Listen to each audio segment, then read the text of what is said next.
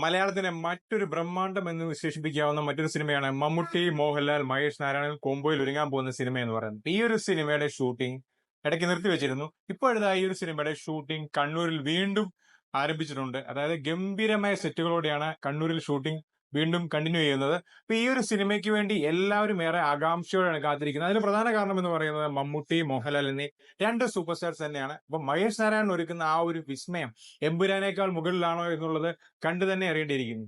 ഖാലിദ് റഹ്മാൻ, നസ്ലിൻ കോംബോയിൽ വരാൻ പോകുന്ന സിനിമയാണ് ആലപ്പുഴ ജിംഖാന എന്ന് പറയുന്നത്. സിനിമയുടെ ട്രെയിലറും അതുപോലെ സോങ്സും ഇതിനോടകം തന്നെ വളരെയധികം ശ്രദ്ധ നേടിയിരിക്കുന്നു. ഖാലിദ് റഹ്മാന്റെ സിനിമയായതുകൊണ്ട് തന്നെ ഏറെ ആകാംക്ഷയോടെയാണ് കാത്തിരിക്കുന്നത്. അപ്പൊ സിനിമയുടെ ബുക്കിംഗ്, ലോകമെമ്പാടുമുള്ള ബുക്കിംഗ് ഓപ്പൺ ആയിട്ടുണ്ട്. ധനുഷ് കഥ എഴുതി സംവിധാനം ചെയ്യുന്ന സിനിമയാണ് ഇഡലിക്കാതൽ എന്ന് പറയുന്നത്. ഈ ഒരു സിനിമയുടെ റിലീസിംഗ് നേരത്തെ ഏപ്രിലാണ് പ്രഖ്യാപിച്ചത്. ഇപ്പോഴത്തെ അതിന്റെ ഫൈനൽ ഡേറ്റ് വന്നിട്ടുണ്ട്. സിനിമ റിലീസ് ചെയ്യാൻ പോകുന്ന ഈ വരുന്ന ഒക്ടോബർ 1 തീയതിയാണ്.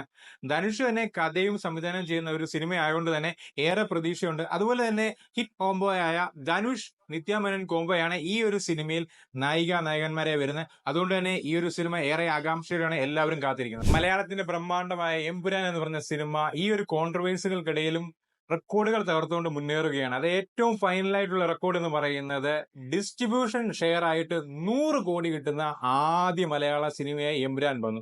അത്രയ്ക്കും ഇമ്പാക്റ്റ് ആണ്. അതായത് വീക്കെൻഡിൽ എമ്പുരാൻ കളക്ട് ചെയ്തിരിക്കുന്നത് ഏകദേശം 230 കോടിയോളം രൂപയാണ്. അതിൽ 100 കോടി മുകളിലും ഓവർസീസ് വഴിയാണ് കിട്ടിയിരിക്കുന്നത്. മലയാളത്തിൽ നിന്ന് തന്നെ ഇപ്പോഴത്തെ 100 കോടി കളക്ട് ചെയ്യാൻ പോവുകയാണ് എമ്പുരാൻ എന്ന് പറയുന്നത്. ഈ ഒരു പോക്കാണെങ്കിൽ സിനിമ 300 കോടിയോളം കിട്ടാനുള്ള സാധ്യത കൂടുതലാണ്.